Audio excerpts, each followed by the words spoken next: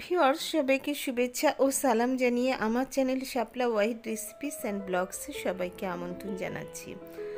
আজকে আমি আপনাদের সাথে শেয়ার করব চাইনিজ ভেজিটেবল কারি। মাত্র 4টি সবজি দিয়ে এই ভেজিটেবল রান্না করা হয়েছে। চাইনিজ শব্দটা শুনলে অনেকের মনে হতে পারে যে এই ভেজিটেবল রান্না করার জন্য এটা লাগে ওটা লাগে, অনেক উপকরণ লাগে।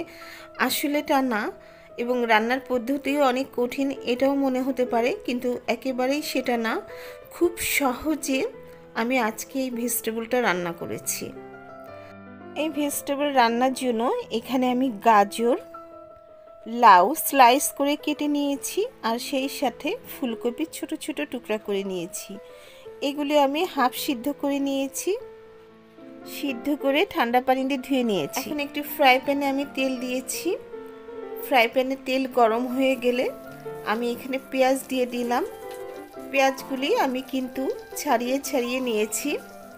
পেঁয়াজ অন্যভাবে কাটবে না, এভাবে করে ছাড়িয়ে ছাড়িয়ে নিতে হবে।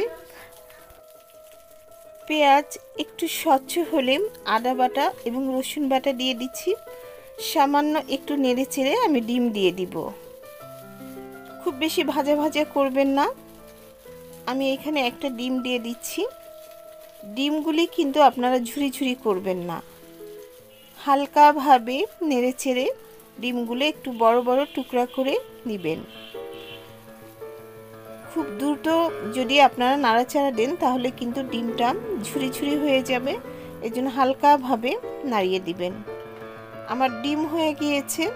এখন আমি এখানে সবজিগুলি দিয়ে দিলাম। আমি কিন্তু এখানে ক্যাপসিকাম সিদ্ধ করিনি, কারণ ক্যাপসিকাম কিন্তু খুব নরম হয়ে যায় বেশি তাপে, এই জন্য ক্যাপসিকাম একেবারেই সিদ্ধ করার দরকার নেই। চাইনিজ সবজি রান্না করার জন্য হাই হিটে রান্না করতে হয়, কারণ স্লো করে আঁচ দিলে পানি বেরিয়ে যাবে সবজি থেকে, খেতে একেবারেই ভালো লাগবে না। এখন আমি গাজর দিয়ে দিলাম। গাজরটা তুলনামূলক একটু শক্ত থাকে, এই জন্য গাজরটা আমি পরে দিয়েছি। আমি লবণ দিয়ে দিয়েছি। আপনারা সবজি সিদ্ধ পানিগুলি ফেলবেন না। আমি এই যে সবজিগুলো একটু কষিয়ে নেওয়ার পরে বাকিটুকু সিদ্ধ হওয়ার জন্য সেই সবজি সিদ্ধ পানিটাই কিন্তু ইউজ করব। এবার ক্যাপসিকাম দিয়ে দিলাম। ক্যাপসিকামগুলি কিন্তু আমি পরে দিয়েছি, ক্যাপসিকাম প্রথমে দিবেন না। ক্যাপসিকাম সিদ্ধ হতে বেশি জাল লাগে না, আর সিদ্ধ তো ওভাবে করা যাবে না। চাইনিজ সবজি রান্নার জন্য সবজিগুলো একটু হার্ড থাকলেই ভালো লাগে। এখানে সেই সবজি সিদ্ধ পানিটা আমি দিয়ে দিয়েছি। এই সবজির মধ্যে একটু চিনি দিয়ে দিলাম। চিনিটা কিন্তু একেবারে বাদ দেওয়া যাবে না, আমি একটু ঢেকে দিয়েছি। ফিরে আসলাম 5 মিনিট পর। কাঁচামরিচ দিয়ে দিয়েছি।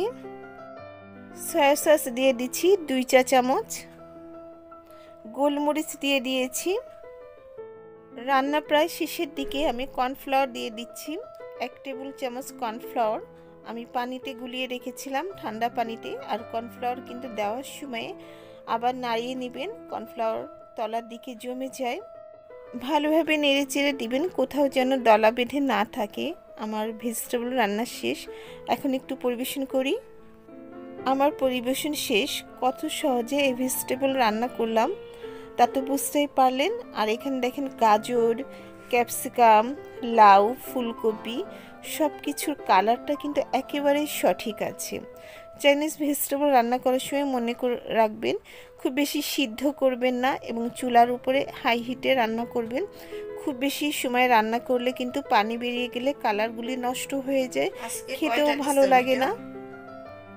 ভিউয়ার্স, আমার আজকের রেসিপিটি ভালো লাগলে অবশ্যই একটি লাইক দিবেন, আর আপনাদের মূল্যবান মতামত কমেন্টের মাধ্যমে জানাবেন। আর যারা এখনও আমার চ্যানেলটিকে সাবস্ক্রাইব করেনি প্লিজ সাবস্ক্রাইব করে নিন। সবাইকে ধন্যবাদ।